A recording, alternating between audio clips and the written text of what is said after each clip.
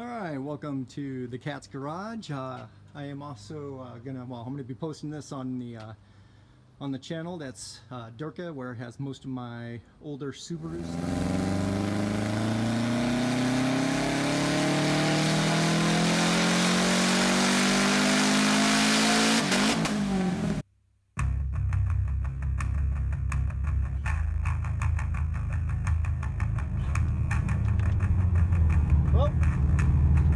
We're gonna get back on the interstate, so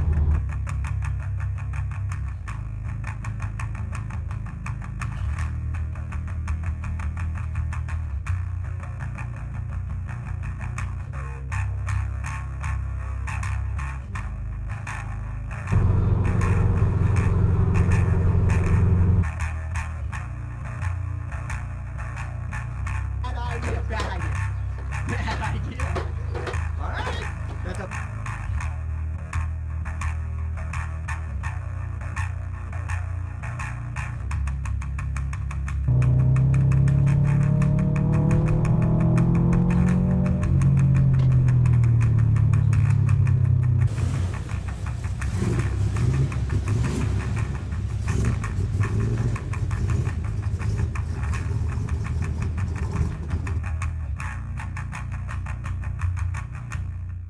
moving back to that channel from the Cat's Garage channel, because I mean the Cat's Garage is more about me and my kids out in the garage doing things. So anyway, just to kind of give everyone an update, the last time I posted car videos on the Durka channel was when I had a 2013 Subaru WRX STI Limited, and I also had a 2004 Forester XT that I converted to STI. Since then, well, we also had, at that point in time, we also had the wife's 2015 Subaru Forester XT, which I'm about to change the oil on. We still have that, but some things around the garage have changed. Now I have a 2001 Mazda Miata LS. It's the NB2, so it's got the VVT and all that good stuff. It's completely stock, other than the fact that it's got an aftermarket Pioneer head unit, and it's got a powder coated valve cover. Otherwise, for right now, it is completely stock. For my race car hauler, I have a 2019 Ram Rebel and 4x4. Yeah, they do come in two-wheel drive, I guess. I guess for people who live in Texas and Florida, I guess, maybe, who knows. And then I also have the 1964. Actually, this was on the channel too. So this is when after I sold the 2004 Forester STI conversion. As you can see, I have the 64 truck that I drove into the garage is completely torn apart. I have coated the frame. Everything attached to the frame is powder coated, and it's got a EFI baffled Boyd's welding fuel tank in the back there, and that's all mounted up now. I got the front suspension pretty much done on there. I got a GM, well, it's an AAM 14 bolt, so with disc brakes. Here, I'll go around the garage this way, but coming in the garage this way. So I'm currently working on that. I had to tear apart this side here. I'm going to be getting a seal kit for it, because put a new seal kit around the differential backing plate there, and for the actual seals for the axle shafts. This is a full floater. So the truck had a full floater. There it is. That was an Eaton HO 52 rear end, and so that's going away. The old SM420 granny low transmission, that's going away, and I am going with this because this here is a I want to say 373 gear ratio, maybe a 372, something like that. So it's a much better gear ratio for interstate driving, highway driving, because the Eaton HO52 was at a minimum a 452 or something like that. It was horrible. But anyway, moving on. As you can see, working out all the new suspension components in the back here. So that's pretty much done. I'm going to be building a jig to figure out, because I'm going to have to cut all these brackets off of this one and put different brackets on, so it can work with this particular type of suspension setup. Here's the front suspension. So that's going to disc brake as well. It's got drop springs or lowering springs from CPP along with their properly valved shocks. Like I said, everything up here is powder coated. So yeah, everything underneath this truck is going to be beautiful. There's the rest of the work area. As you can see, there's the 350 back there. I'm tearing that apart. I'm going to be cleaning it all up. It was just rebuilt, but I'm gonna change the paint scheme on it. I'm gonna probably end up painting it red to kind of match everything else in there. Maybe I'll paint it black and then have red powder coated valve covers and stuff like that on it. Just kind of change it up, make it different. And as you can see, here's the cab. I'm completely fixing all the little issues on the cab. There wasn't a whole lot wrong with the cab, so it's going to make it somewhat easier to repair. And then obviously I have the rest of the truck over here. Here's the bed up against the wall, the fenders, the doors are covered up in there, more of the truck bed, and there's the wood slats for the truck bed. The front fascia is over there, so the front grill's right there. So that's all stacked up over there. There's the tires that came on it. Those won't work. So I'm looking at Detroit steel wheelies. Probably going to be going with a 20x8 front and a 20x10 rear setup. So anyway, that's where the 64 currently is, and I try to get a little bit done every week on it. So moving on, we got some, I need to test fit these. Actually, I'm going to try to do that today. I'm going to test fit these. These are off of a newer WRX. I want to see if they fit on the wife's car. If they do, then I'm going to end up putting Blizzaks on there for the wintertime. But here's my newest Subaru to the garage. So I have this 2000 Subaru Impreza 2.5 RS Coupe. And I've got to say, this car is an amazing blast to drive. It still has the original EJ251 in it with its all of whopping, when it was brand new, would have had 160 horsepower at the crank, 165 foot-pounds, I believe it was, at the crank. It's got it's going on, I believe, 133,000 miles. Same transmission, same rear end, same motor. The only thing that was done to the motor was new head gaskets put on it. Otherwise, oh, and then when I bought it, whoever had it before me had one of the AEM hot air intakes, which it's not too bad because it's seeing right down there in the vent.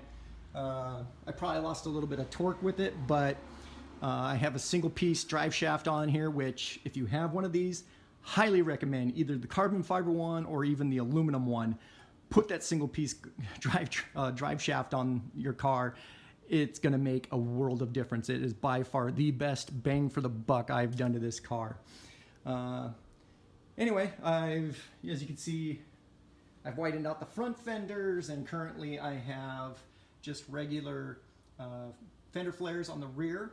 You can see that the tires do stick out quite a bit. So that's because I'm using, what the heck was the name? FT86 Speed Factory wheel spacers on here. And I know some people say, oh, you can't use wheel spacers, they're horrible. Well, I've been using them, racing with them, and I have had zero problems with them. And yes, it's square all the way around, so don't have to worry about my differentials and all that stuff. But anyway, kind of give you a look inside too. A lot of the inside is stripped out. I'm going to be stripping out even more. I'm still not at my minimum weight for this car, so I'm still doing that. I'm only currently running a harness bar in it. I do have 2 seats in it, so I do take passengers for rides when I'm racing, if it's allowed wherever I'm at. There's some more suspension stuff back in there, but obviously ripped out a lot more stuff. That whole wheel well thing back there, all that's going to get cut out at some point in time.